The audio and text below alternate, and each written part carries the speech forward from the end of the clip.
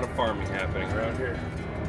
There's potato trucks rolling around, hauling seed spuds. There's tractors rolling down the highway. There's fertilizer trucks going everywhere. We are in full swing of spring here in southern Idaho.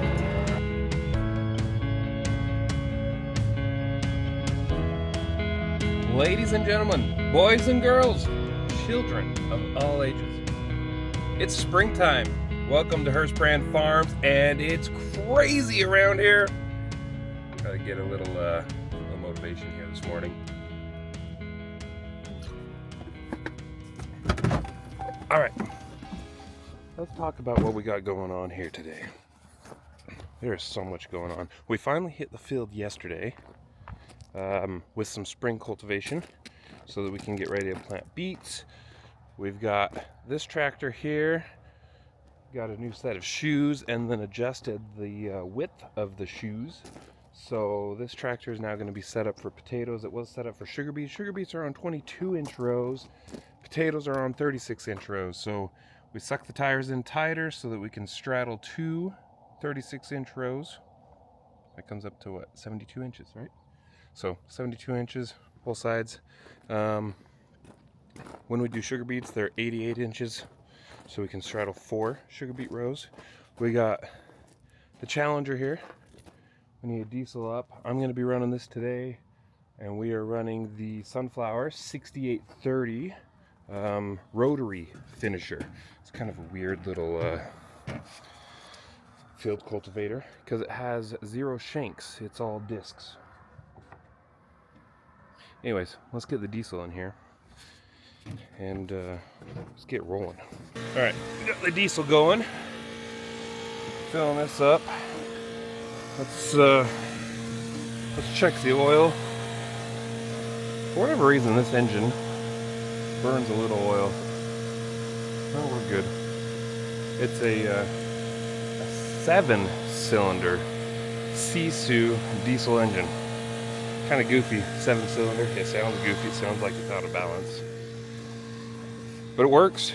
Pulls well. Got a lot of low-end torque.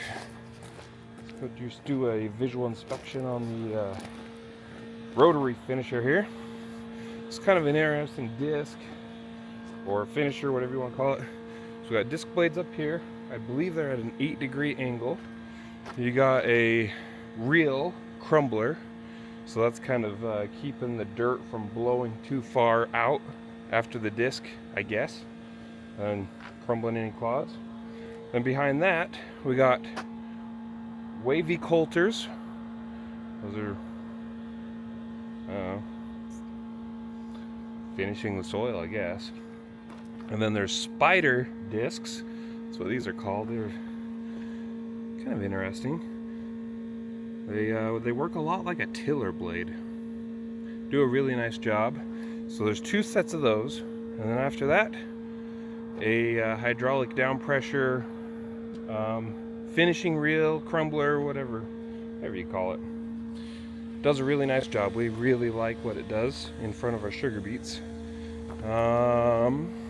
Let's see here. I think we need to clean this up. So we got the tires here. I think we need to clean these up. We'll go get a skid steer and pick all this up because it's way too heavy for me to pick up by hand.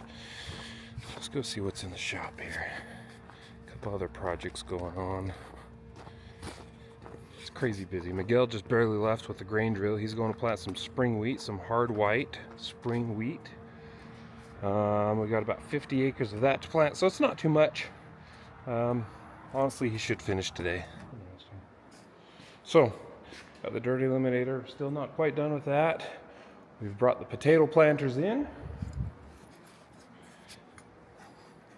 Things are rolling. Potato planters, they're almost ready to be hooked up. We're going to try going on the planting maybe the end of next week or the week after that, Monday after that. We got 2 of those, 2 4-row Harrison planters. Beet planter basically ready to go. All we got to do is fill up the front tank, check all the nozzles for our biological that we put on with our sugar beets. And then we're gonna have to calibrate our insecticide boxes. Aside from that, it's ready to go. That's gonna be rolling on Monday. Today is Saturday. That's gotta be rolling on Monday. There's a lot going on. We got corn seed. Corn seed got shipped in. We don't do a lot of corn here, 200 acres or so. Anyways, corn seed, we got that delivered yesterday. Those boxes are the insecticide that we're putting on with the sugar beets. We got some Agzyme, some biological stuff that we're putting on with potatoes. Oh my gosh, so much going on. New office? Yeah, I think it's finished now. It looks done. They just barely finished the outside, so this is pretty cool. This looks really nice. So, if you can see that very well, that's like old barnwood stuff. That's actually from a silage pit that used to be here where the shop was, because we put the shop on an old dairy that my dad grew up on. And so those boards were used for the sides of the silage pit to hold the silage in. That looks really nice. Excited about that. Oh man. Beet seed. It's here. It's ready. We're ready. Everything's ready. We just gotta go. So, let's go check on the fuel. See if the Challenger's ready to go. And then we're gonna get rolling. I'm gonna get this tractor warmed up. It was kind of cold last night. 26. Not super cold, but I've always been told it's good to warm up a tractor.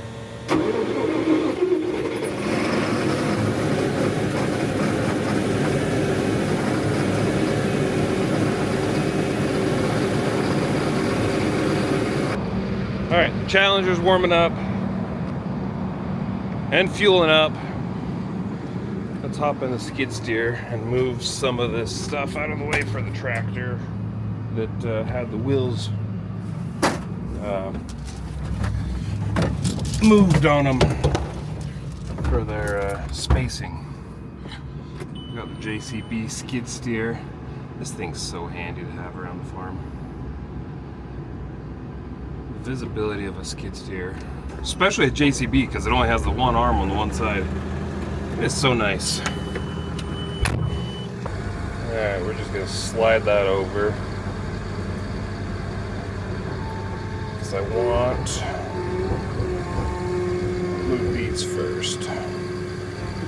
These are the wheel spacers that I'm trying to grab. I don't know if you can see that in the camera, but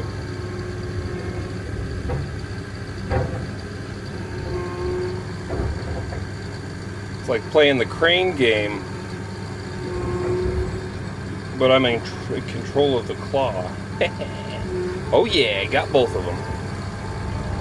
So we'll take these, put them by our other tires so they're out of the way. We'll drop off those spacers there, and then we can, well, things will just be out of the way. We can put those around somewhere else later. And then we got two more spacers here for, these are for the front wheels. See if I can get both these in one trip too. There's one. Oh yeah, we're golden. There's two. Oh, I don't want the tire. There we go. It's like I knew what I was doing. Not really, I just got lucky.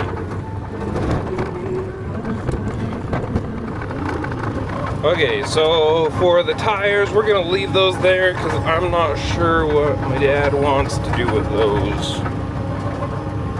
Because they have cracked rims on them, and so they might end up actually staying there. So, yeah, we're just gonna leave those there. Let's put the skid steer away, see if the tractor's fueled up, and we gotta get rolling. Luckily our field's not too far away. Going down the road. This tractor's a little slower than the wheeled tractors. We can only go about 19, 20 miles an hour. I guess we can push it a little faster, but I don't like to push it too much faster than that.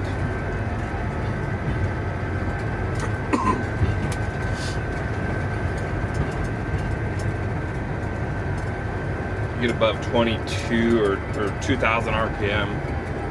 I don't know.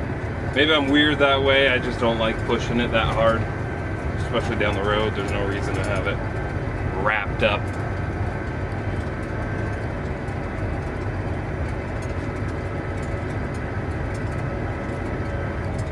A lot of farming happening around here. There's potato trucks rolling around, hauling seed spuds. There's tractors rolling down the highway. There's fertilizer trucks going everywhere. We are in full swing of spring here in southern Idaho. At least this part of southern Idaho. Oops. I forgot to shut the pivot down last night. Made a full circle and then some. That's alright. That'll actually help making tracks. The track machine is rough. I don't know if it's... I don't know, it depends on the situation. Going down the road, it's rougher than a wheeled machine. Going through the field, it depends. If you have suspension on the front of your tractor, it's a little bit rougher. If you don't, if you have a solid one, it's about the same. Fold down the wings on the disc.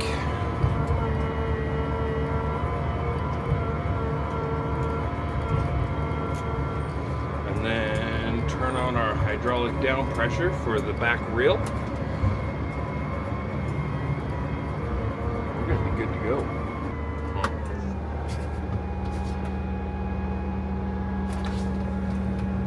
For some reason the GPS is not picking up. Why are we not ready? Well, for whatever reason the GPS is not connecting to the radio on top of the cab, so we've got to do this the old school way, the old hand on the steering wheel driving through the field. Kind of frustrating. This happened last fall too. I don't know what's going on, because it's like if after you go for about an hour it finally connects. And it's weird that it's not connecting because it's hardwired to the radio. So, I don't know. I don't know what's going on. But, we're going. It looks dusty because the top is dusty, but underneath it's still just a little bit wet. Which is good, because we want to plant our beets in the moisture, and so, anyways. Yeah. We're rolling. About 8 miles an hour, 22 feet wide roughly, and that puts us at about 20 acres per hour. So pretty quick. I think I got about 94 acres, 96 acres done last night, and so we'll be done with this field pretty soon. Got the pivot moved out of the way. It's over there, if you can see that. So should be done with this field pretty soon. And on to the next one.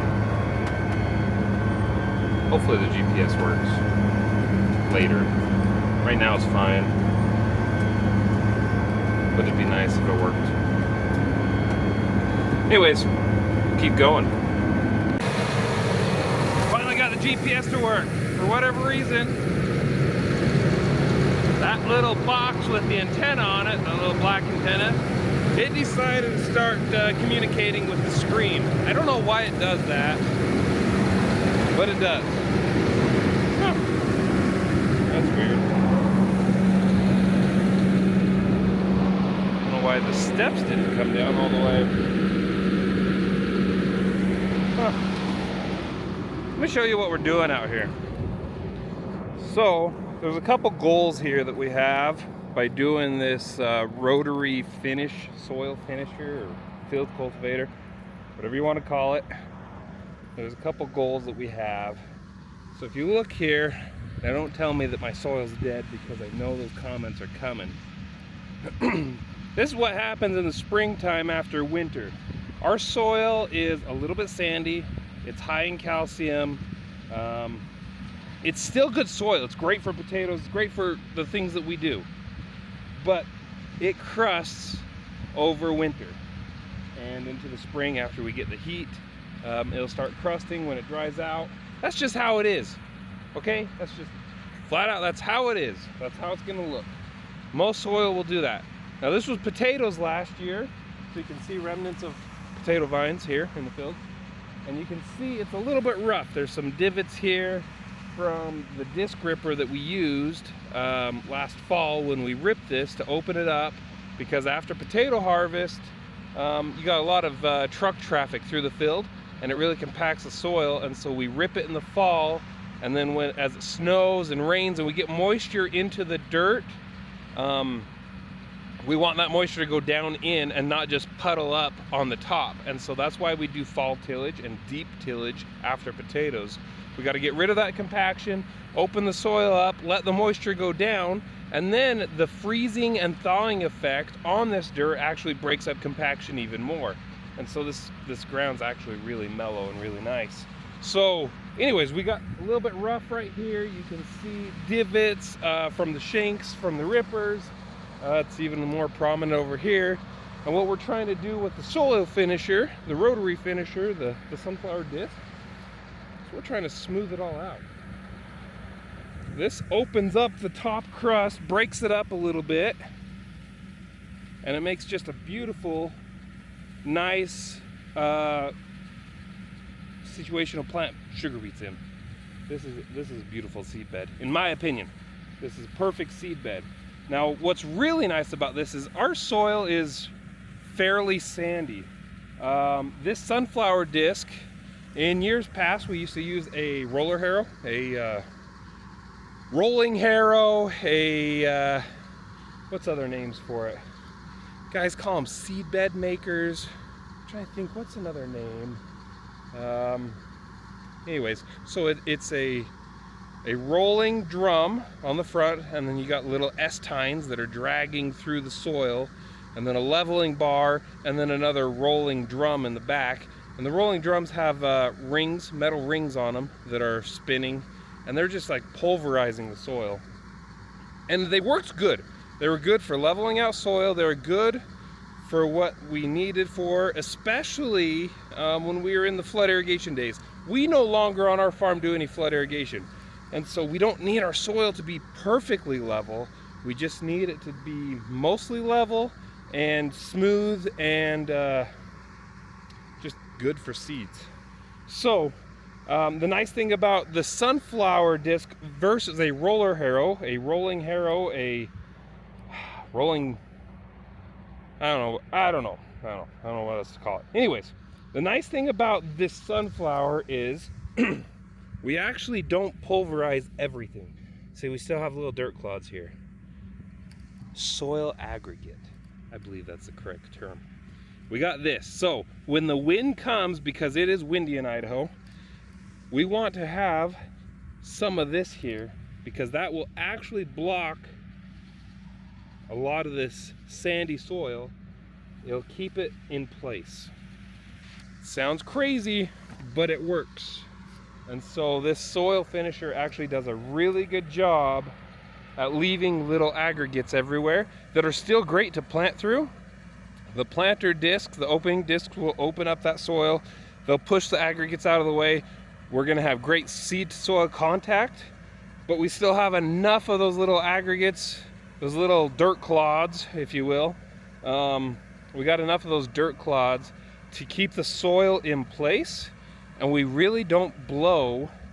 We don't have blowing dirt like we used to behind a rolling harrow. Anyways, it's worked really good for us. So that's one of the many reasons we use this sunflower rotary soil finisher. 6830. It does really good. So anyways, let's get back to the tractor and get to work.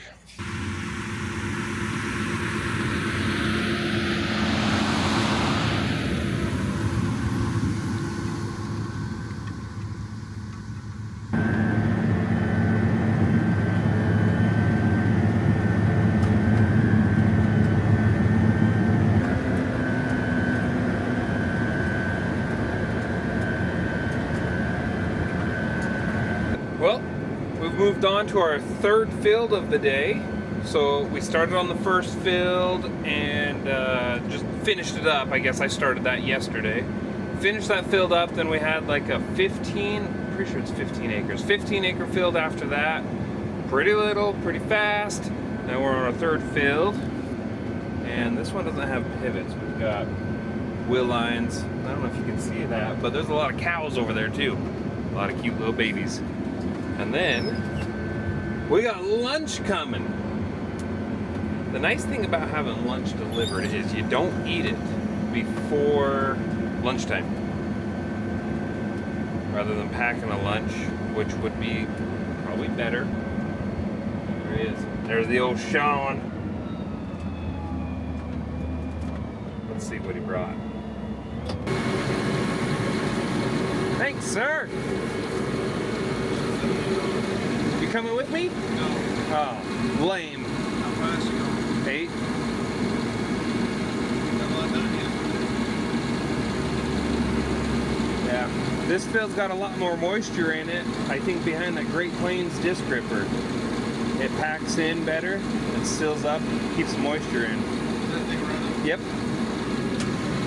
I could tell in that field below the canal and Becky's that because I straddled the line where the 2 disc rippers went, the one side had more moisture in it. Yeah. Hey!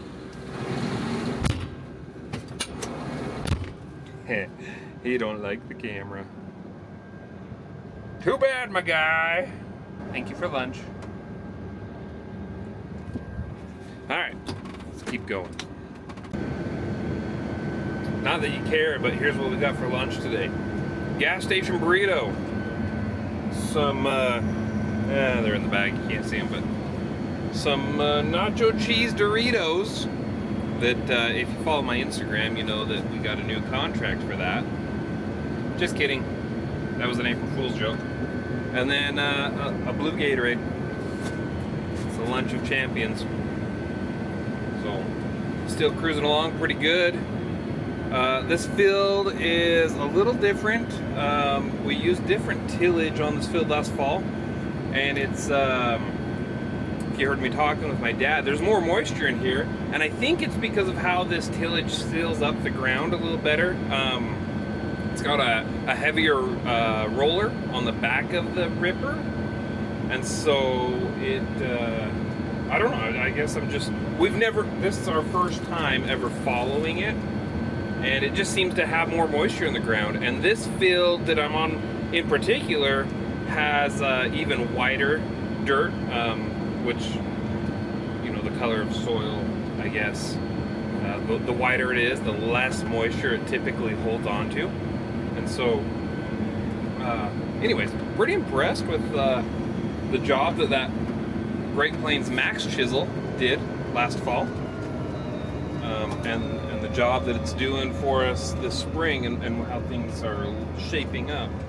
So I think we're going to continue to use that. Both fields are. Hold on, get the GPS set here. Both fields are following potatoes. So very similar in crop rotation and what the soil looked like before tillage. Anyways, I'm impressed. So yeah, the top's a little more dry, and it could be because we're in afternoon, a little more sunshine, things dried out, the moisture comes up in the evening, that kind of thing. But underneath, a little more wet. Perfect conditions to be doing this. So once we finish this field, we only have, let's see, about another 150 acres to go. So, should be able to finish this field by tonight, if all goes well. And then Monday, we'll probably switch gears. I will probably end up going into the beet planter, and my dad's probably going to be running this, or someone else. Because at that point we'll be far enough ahead on the tillage in front of the planter that the tillage won't be rushed anymore. So, anyways, so far so good. It is a beautiful day outside.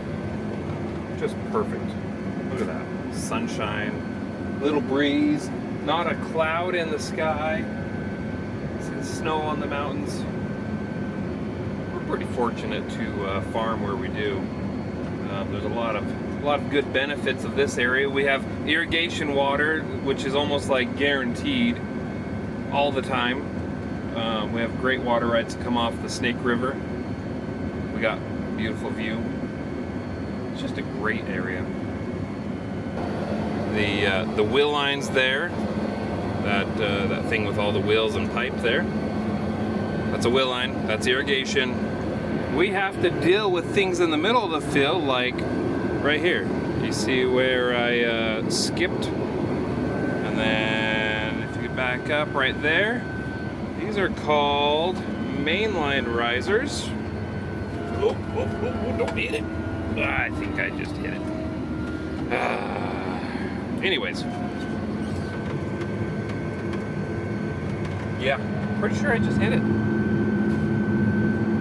I guess don't video and farm at the same time. Huh? But yeah, there's a... that was a dumb move. There's risers out there, and that's what we hook onto to pressurize our wheel lines. Those things. So it's underground main line. Most of the time it's, this one I think is probably about 6-inch pushing water, 60 psi, 6-inch main line, and then it goes into a 4-inch pipe that runs down a 1/4 mile and sprinkles in a line. So anyways, as we turn around, come back on our other pass, we're gonna see if we hit that riser. I think I hit it. I'm gonna have to fix that one. That's gonna be fun. All right, there's the riser. We did not hit it. We're safe.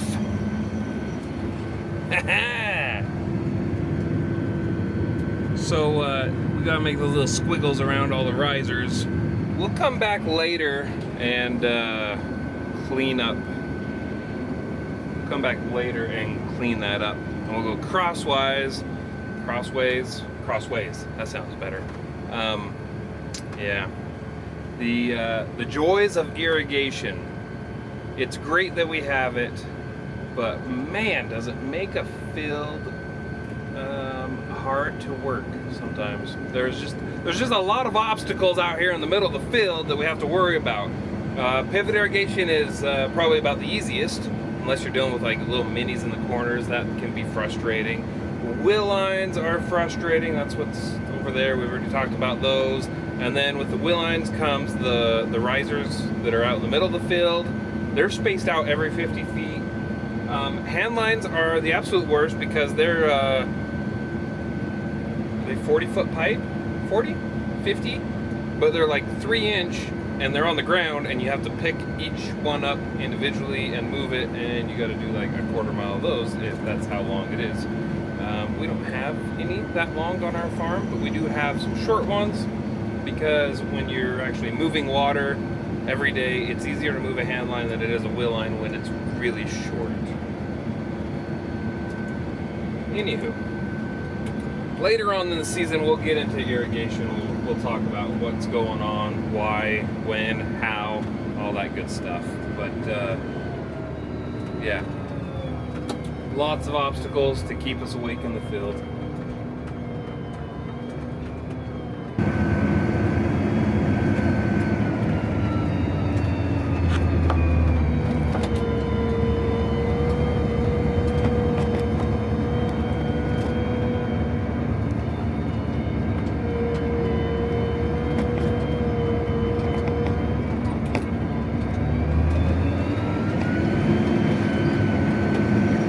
Well, we finished the fields that we were on. What did we do today? Roughly 120 acres, which isn't bad for only being 21 feet wide.